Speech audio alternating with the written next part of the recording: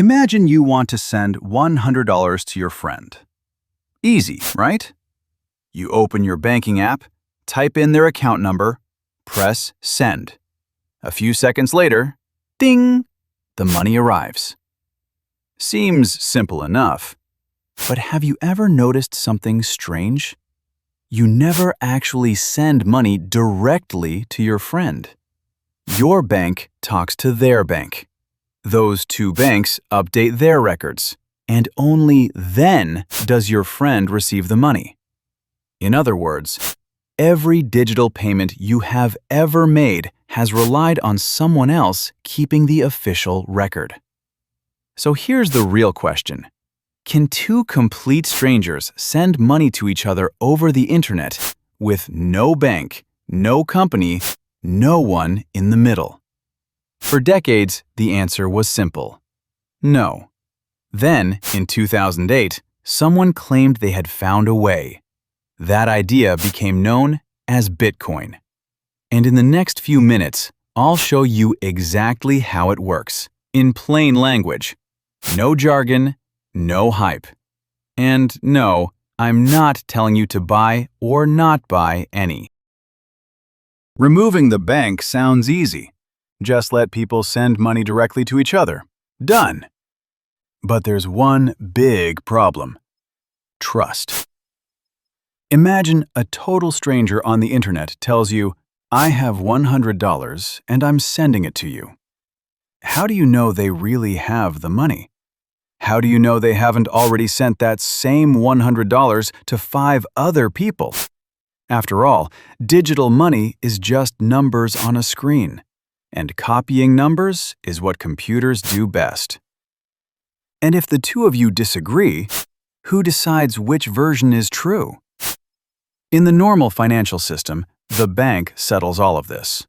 It keeps the trusted record. It checks that the money exists. It confirms it hasn't already been spent. And once the payment is approved, everyone accepts the bank's version of events. But remove the bank, and there is no official record. Just thousands of strangers, most of whom have never met, and definitely don't trust each other. So the real challenge was never sending money over the internet. That part was already possible. The challenge was this. How can thousands of strangers agree on who owns what without trusting anyone in charge? That was the problem Bitcoin was built to solve.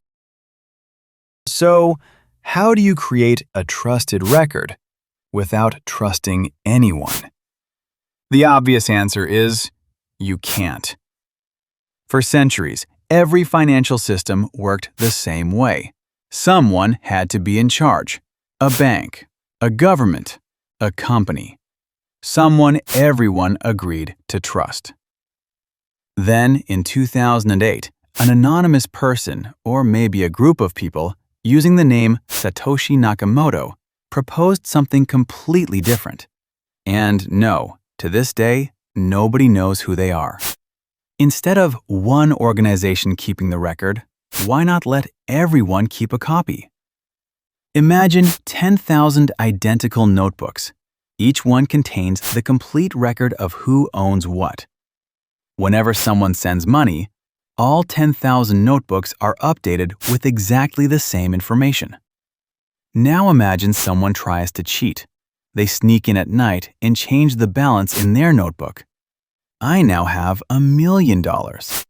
It doesn't work because the other 9,999 notebooks still contain the correct record. The fake copy sticks out immediately. To cheat, you wouldn't need to change one notebook. You'd need to change most of them, all at once, without anyone noticing. Good luck with that. Suddenly, you no longer need one trusted organization. The network keeps itself honest.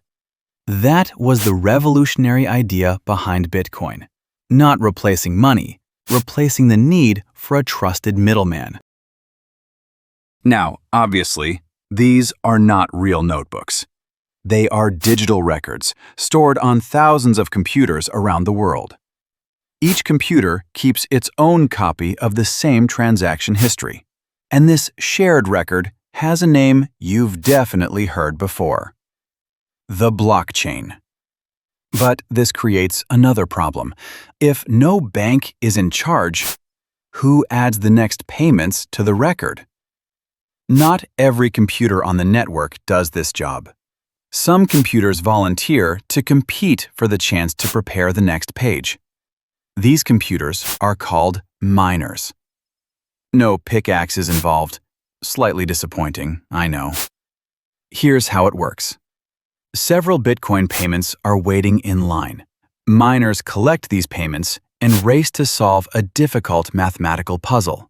And when I say difficult, think trillions of guesses per second. The first miner to solve it prepares the next page and sends it to the rest of the network. But here's the clever part. The other computers do not simply trust the winner. Each computer checks the page for itself. Does the sender really own that Bitcoin? Has it already been spent? Do all the payments follow the rules?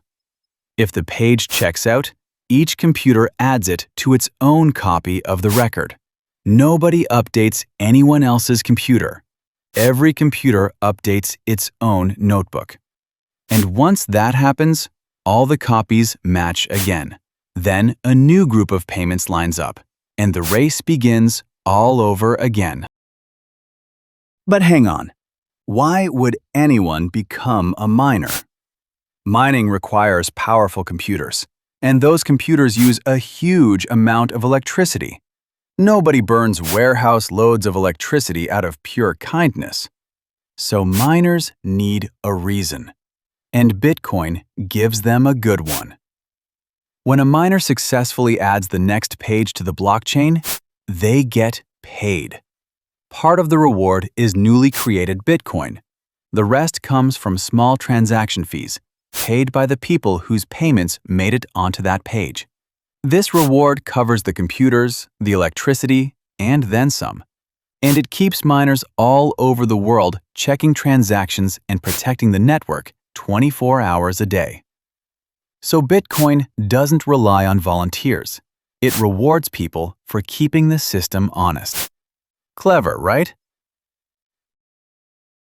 By now, you might be wondering, if miners are rewarded with new Bitcoin, who creates it? There's no company printing Bitcoin, no bank issuing it, no government deciding how much to make. Instead, the network creates new Bitcoin automatically. Every time a miner adds a new page to the blockchain, the network rewards them with a fixed amount of brand new Bitcoin. Think of it as the network's way of saying thanks. But there's a catch. The reward shrinks over time.